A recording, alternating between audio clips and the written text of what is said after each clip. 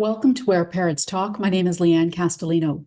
Our guest today is a journalist, author, and entrepreneur. Lauren Smith Brody is the CEO of the Fifth Trimester and co-founder of Chamber of Mothers. She's also a speaker and a mom of two. Lauren's first book, called The Fifth Trimester, The Working Mom's Guide to Style, Sanity, and Success After Baby, was published in 2017. She joins us today from New York City. Thank you so much for being here. Thank you, Lianne. It's such a pleasure. 7 years now since the book first came out, and certainly lots has happened. But let's start for people who might not be aware. What does the fifth trimester refer to? Of course, yes. So you know what the first three are. The first three typically are pregnancy. The fourth is something that I learned about after having my first son and reading a very popular book at the time called The Happiest Baby on the Block. It was by a pediatrician named Harvey Karp, and parents these days probably know him as the guy who invented the snoo. He's fantastic. And throughout the book, he introduced me to the idea of there being an additional trimester that human babies, because of the size of our heads and the size of mom's pelvis, are born a trimester earlier developmentally than other mammals. So to soothe them, you recreate the feeling of the womb with all of these S verbs, shushing and swaddling and swaying and sucking for pacifier. And I just remember reading that, and it was true. I had postpartum anxiety after my first son. I was at an executive level at that point. I'd moved up really quickly with the hope of having a lot of flexibility by the time I had my kids. And yet I found myself really having a very hard time as a brand new mom, and his book was full of comfort. However, throughout it, he said, just wait, mama, just get to 12 weeks and your baby will wake up to the world and start to give something back to you and get on something of a schedule and maybe start to sleep, at more regular intervals. And I thought 12 weeks. The irony of that number, that was when I was going back to my job, my paid work. And I knew even then that I had it better than most American women, that I was able to take those full 12 weeks. Some of them were unpaid. We could afford it. It was a stretch, but it was doable.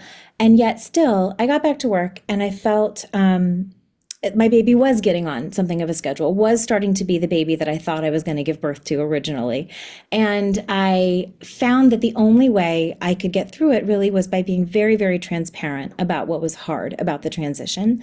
And like I said, I was at an executive level at that point. I worked in women's magazines, so largely with other women who were pretty comfortable talking about their physical needs, emotional needs. And yet I didn't see anyone around me really talking about parenthood. It was very much in the sort of girl boss era of fake it till you make it, dress for the job you want, not the job you have, try, just keep trying and you'll make it, which of course didn't account for a whole lot of factors that are much more systemic, which I didn't realize at the time. And I had a moment when a colleague walked into my office and she said to me, we really missed you over your maternity leave. We were fiddling over a layout of fitting a headline onto a magazine page. And she said, I'm really appreciative. And just thanks also for like all of this. And she's gesturing to my desk where I have out my breast pump, and God knows what I looked like. I'm sure I had circles under my eyes and like some stain on my sweater. And I was embarrassed. I didn't know what to say. And I paused. And then she continued, because you're the only one here showing me that I can do it one day too. And you don't make it look easy. It definitely looks hard, but you're doing it and you're showing up. And I know I want to be a mom one day too. I know I want to continue with my career, and thanks. And that was a real wake-up call for me when I realized that although working motherhood was new to me and it was going to continue to be hard, what I had to learn from this point out was management and modeling and showing that we could integrate our real lives and our real personhood into work and still succeed. So I sort of filed that away. I had my second son a few years later. My husband was through his medical training at that point. I had been the primary breadwinner for the first, at least 10 years of our marriage. And I had this idea of there being a fifth trimester, of that transition back to paid work after maternity leave being an additional developmental transition and trimester, but not necessarily for baby, but for the working parent. And thus the idea was born. I eventually wrote my book. I surveyed and interviewed more than 700 other moms with all kinds of definitions of what ambition looked like, different kinds of careers, different family structures, to figure out that initial problem I had. What was an individual problem to be solved versus perhaps a system that working together we could each play a part in helping to solve. So that launched the book, and then from there I launched my business and started this movement, and it's been an absolute pleasure and an honor to be able to bring individual support to people, but also to help look at bigger structures and systems and get into companies and help them do better and work in public policy and help our greater nation do better by parents. Certainly plenty of lived experience that served as your motivation for writing this book in the first place. And you were the very demographic that the book addresses. So very interesting from that perspective. Take us, Lauren, through some of the research that, really struck you as you poured yourself into writing this book. You talk about interviewing more than 700 women. I'm wondering if there's anything that you saw or heard in those interviews in particular that really captured your attention. Oh, absolutely. Just how much of the physical experience and the mental health experience of new parenthood is the data really does all coalesce around 6 months postpartum as being a real transition point for moms, as I said, from all different kinds of backgrounds, all different kinds of circumstances, to just say, actually, this is a biological need. And that's the moment at which our bodies start to feel like our own again. Not the same as they were before, different, of course, but ours. And that's when we start to get a handle on focus and on just the emotional and mental health transitions of parenthood too. And not everyone, it takes some people longer, some people come to it faster. But when I surveyed these hundreds and hundreds of women, that's what eventually they said, is that it was at about the 6 month mark, And the sleeping too, I asked, understanding that the people I was talking to were coming from all kinds of different cultural backgrounds and different definitions of like, what does a full night's sleep look like? I didn't ask, when does baby sleep through the night? I asked, at what point did you as a mom get 7 hours straight of sleep? And 7 hours, to be clear, is like not even enough for me. but I wanted to use that as a very conservative standard. And it was at 7 months postpartum. And so when I had sort of the validation of all these numbers that are like so far out past that 12-week mark of what FMLA covers in America, I started looking at other research that I didn't even know about when I was going through it myself. And essentially, all of the research shows, and has for 30 years, 35 years, that 6 paid months of parental leave is the minimum that's protective of mom's mental health, mom's physical health, baby's physical health, dad or partner's bond with the baby, mom's ability not just to maintain her career, but also ultimately her income. All of it coalesces around 6 months. And so what that said to me is that this sample of these hundreds of women who are answering these questions, they're pretty representative of a biological need. And it's not to say that you can't go back sooner than that. Obviously, most people do and have to. I certainly did. But to understand that if you are back before you feel ready to be, it's not your fault. You're not doing anything wrong. There's no failure. There's no reason to feel, as I did, guilty when you're back at 12 weeks and you feel torn. It doesn't feel right. I called it in my book the second cutting of the umbilical cord, because that is what it felt like to me. But that it's a larger system, and that you deserve every ounce of support that you can ask for from your family, your community, your friends, but also your workplaces, to help get you over that hump so that you can be able to stay in your career and use what you've learned in that 5th trimester transition and pay it forward for others to help change systems and make progress for all. It's so interesting because when you look back at when this book was published back in 2017, very different time and place. The societal discourse around mental health was very different, if we just pick on that component for a second. So the question then becomes, Lauren, do you believe that we are more ready today as a society in general to have this conversation about the intersection between, working parenthood and the business world?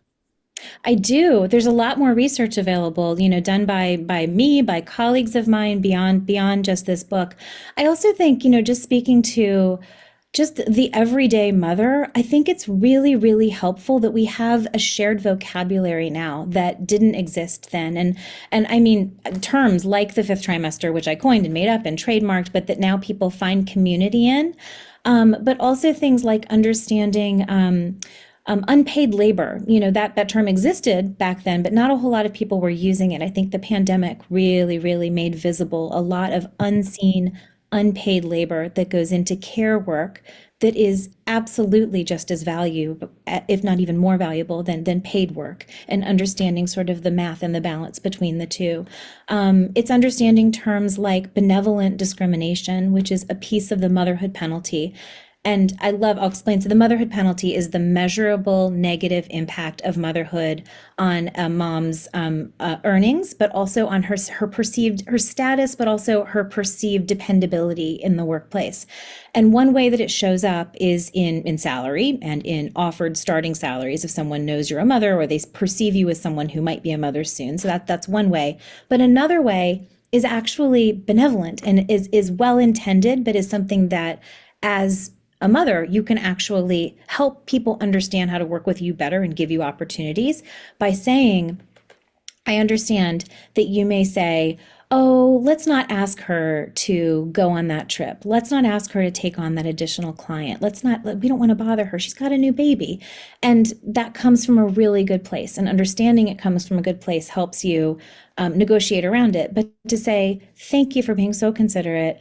I want the agency to be able to decide what I can and can't take on right now. And I'm really good at making these new decisions and compromises. And so, give me the opportunity, please. It's that sort of, so it's understanding and finding community in some of the vocabulary that we now have on the tips of our tongues in a way that we didn't before. And it brings you together and it helps you see that this is not an individual problem. This is not, an evil boss situation. Very few people actually have an evil boss. Most bosses also are caregivers too, in one way or another, and want to be able to help their employees succeed and be productive. There's also a whole lot of new research. Some of it actually I worked on in the last year. I wrote a white paper in partnerships. It was a partnership between my business, the Fifth Trimester, and a childcare company called Vivi that's really innovative. And they were my thought partners in it in researching the return on investment of caregiving support at work, so that the caregiving benefits. So that is everything from, a stipend for childcare or backup childcare, that kind of thing. It's paid leave, it's paid NICU leave, but it's also things like measuring people's output when they have more flexibility. And we did 10 case studies looking at what people who were in pretty good situations, they raised their hands to be interviewed for this. That's an important qualifier as a subset of employees to say, here's what I used over the past year that was offered to me. Here's the backup care, the flexible spending account that I put towards my child care bills, the maternity leave, paternity leave that I was able to take. Here's what it cost my company over the past year, and here's what it allowed me to do in terms of my output. And in putting a number to that, which by the way is 18, the ROI of caregiving benefits is 18x. So for every dollar a company spends supporting its employees with training and all of these things, they get back $18.93 in output from them, which is a super capitalistic way to explain it. But where I'm going with this is that we now have a lot of the economic arguments for the things that felt like they were the right thing to do, the moral imperative, but that, gosh, they just might not make business sense. They now make business sense. They always did, but now we have the numbers to prove it. And so I did that research. There was other research done by Boston Consulting Group. There have been a number of think tanks that have looked into various pieces of this. And again, it's a little bit like that 6-month moment of coalescing of all of the data and research. It all shows the same thing, which is that when we do the right thing for not just new moms, but all moms, all dads, anyone doing elder care, anyone who sees caregiving as a part of their identity and the work that they do, it pays off. People are more productive, people are more motivated, people do better work. And that whole cultural narrative shift, I've been really proud to be a part of, but I think that that's what's made the most progress. That plus just the visibility that the pandemic put on a lot of these issues for families. Progress is certainly welcome. And as you mentioned, the pandemic really, had seismic shifts on the world. But with respect to this particular topic, because I've interviewed other people in and around this topic, massive amount of impact. What more, in your estimation, needs to be done? What does success look like? Oh my gosh, what a great question.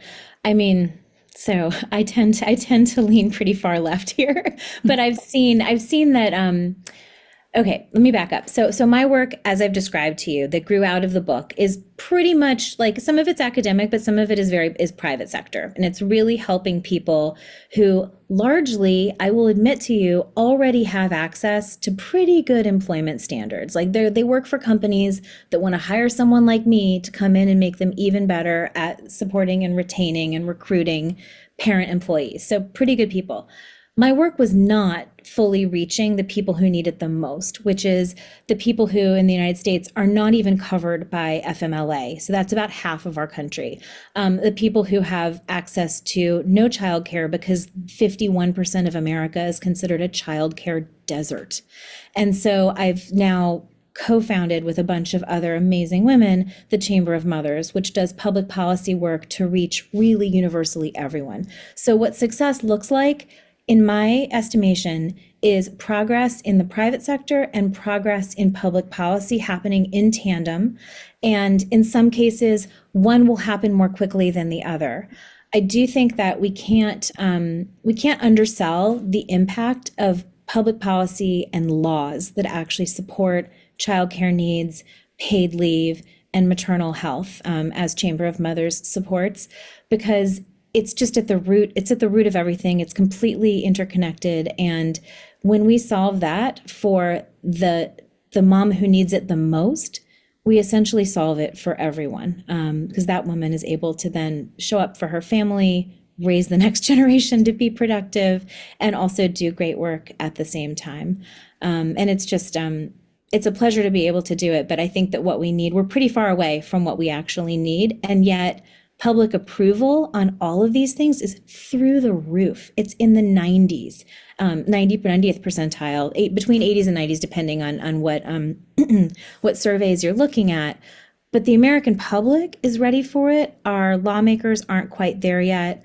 I think that private sector progress has really shifted cultural norms very, very positively in the right direction. And eventually, hopefully soon, we will elect people into office who are living the needs that they're trying to solve. And we'll get there. Along those lines, what would be some tips that you could share, strategies you could share with working moms, working dads in the trenches right now who are looking for relief one day, whenever that may be. But in the moment, they have to deal and grapple with many of the things that you described having to grapple with. I know I did when I had my first child 26 years ago, a completely different landscape back then, definitely. What can you say to them to give them hope and perhaps some actionable tips that you can share? I have seen so many times the power of one person speaking up. And I know it feels, particularly if you're asking for any kind of flexibility or accommodation when you have a tiny baby, it feels like you are negotiating with the highest stakes in mind. And from many, many women I talk to, it is the first time that they've actively negotiated for anything. And that can feel very, very daunting. What I found, whether I'm coaching someone one-on-one or speaking to a big audience of corporate managers who are trying to figure out how to engage in these conversations more effectively, the thing that unlocks people to have the bravery to do it, first of all, is their kids. Kids are, and we found this in the white paper I was telling you about earlier, the ROI of caregiving benefits. Kids are motivators. Kids are not detractors. The reason people want to stay longer in their job, for stability's sake, make more money, for economic security, move up in their career and find meaning in the work they do is because of their kids. So first of all, know that your kids are driving you, and that's a very good thing. Next, know that anything that you ask for, any accommodation or anything that stands out as something that's different than what is normal in your team or your industry, whatever, in your state, is not just good for you. It feels like something you're asking for because your daycare drop-off is 15 minutes earlier than everyone else's and doesn't align with the weekly meeting, right? Super personal, very, very kind of vulnerable feeling. When you ask for that thing, there are other people around you who, for one reason or another, cannot speak up to the same degree that you can. They may be marginalized or minoritized in some way that you're not, and they can't take that small risk that you feel you can. Take it for them. You're doing it for yourself, but you're also doing it for everyone else around you who doesn't have a voice that's as loud. That can feel, I think, especially in the sort of awakening of nurturing that can happen for a lot of people in early parenthood, that feels really motivating too. But then further than that, also know you're doing it for yourself, you're doing it for your colleagues, you're also doing it for your employer. You are actually doing your job well when you show them the thing that you need to be able to still be here a year from now, to be able to be performing at your best, to be able to be working on a team where everyone feels good about each other's personal lives and professional lives and works in synchronicity. It's good for the greater economy. There's just the economic argument is there. So go do whatever you have to do to fill up your brain and your heart with all the research that you need to feel motivated and secure in having those conversations. Come into any negotiation with not just the ask, but also really the plan. And you don't have to have all the answers, but you're going to, as the person who we can't solve problems we can't see. So you're the one who's making it visible, but you're also the one who's going to have the most specific plan for how to address it. So come with that plan, and you're actually doing the work for your manager in that way as well. Come with a plan A, come with a plan B, maybe come with a plan C, and ask them to try it. If you get any kind of resistance, try it and keep track of your deliverables. Keep track of what it is that you're trying to fulfill to show that it can work. And then set a plan to reevaluate and see if it's working. Find solidarity in not just any other brand new working mom, if that's who you are, but also any colleagues who are doing care work that may not be as visible. So I say all the time, like if you walk into an office and they're having, cupcakes for somebody's baby shower in the conference room, like that care need is really visible. If there's a pregnant belly, that it's a very visible need. Even on a Zoom, like you lean way back, you can see a belly, right? What's not as visible is some of the care work that happens at later stages in life, which is, research shows us, largely handled by women. So it's ongoing care for kids who have chronic conditions, as they grow up. It is spousal care, it's self-care, it's elder care, it's your dad needs chemo and somebody has to take him once a week and you go. They're not always saying like, bye guys, I'm taking my dad to chemo. I wish they could. And when you speak up on behalf of new moms, you're doing it for all of those other colleagues as well. And it becomes a universal need, not a niche need. And you'll find solidarity there too. So as open as you can possibly be, please do. And I understand if you feel like you can't, but then try to link arms with a couple of other people so that you have that that scaffolding around you to help you speak up for what you need. One of the other interesting aspects of this whole conversation has to do with when women are having babies. And over the last 30 years, dating back to 2019, in the preceding 30 years, more women in America, certainly somewhere upwards of 70%, are having children between 35 and 39 years old. There's certain things we can draw from that statistic, more seasoned, experienced mothers becoming mothers for the first time. Does any of that, or has it had any impact on you and your work and your advocacy? Yeah, I think a lot of the moms I'm working with are coming from a position of being more, having more invested in the climb. And not everyone defines motivation in terms of climbing a corporate ladder. I don't mean that necessarily at all, but they have a history to draw from, and they're bringing that to their parenting actually in ways that's really cool. And then they're bringing their parenting to their middle management, let's say, or their management, or to their colleagues and skills that they've learned. So I've seen that. What I've seen also though is that, a lot of the reason that people are waiting is because parenthood's just incredibly expensive. Childcare has doubled over the last 20 years in terms of just its cost. And like I said, it's just not that available to many people. Many people are able to afford a couple of days of real childcare, like paid for childcare, and then are sort of cobbling together other ways. If they have a partner, they're working kind of swing shifts. They're having maybe a neighbor watch the kids in a more ad hoc fashion, which takes more management and takes more out of you, frankly. It's just more sort of verticals to manage in terms of your kids' care. And so that's really stressful. So the women who I'm meeting, in late motherhood, in some ways, starting their motherhood later, are more sure of who they are, but then are more thrown when motherhood is harder than they imagined. And they're starting later because they're trying to save up for it. And unfortunately, they're finding it's just getting more expensive every year. So you may as well just go ahead and have those kids. But it's tricky. They're also having fewer kids, though. And that ultimately is another really strong economic argument for this support. We need to be able to have sorry to be like so just capitalistic about it, but a next generation of workers. We're not going to have as many workers as we need to be able to support those who are aging now if people aren't able to have the number of children that they'd like to bring into the world because they can't afford it. Certainly lots to think about on a very important topic. Lauren Smith Brody, author of The Fifth Trimester, CEO of The Fifth Trimester as well. Thank you so much for taking the time today. Thank you, Lianne.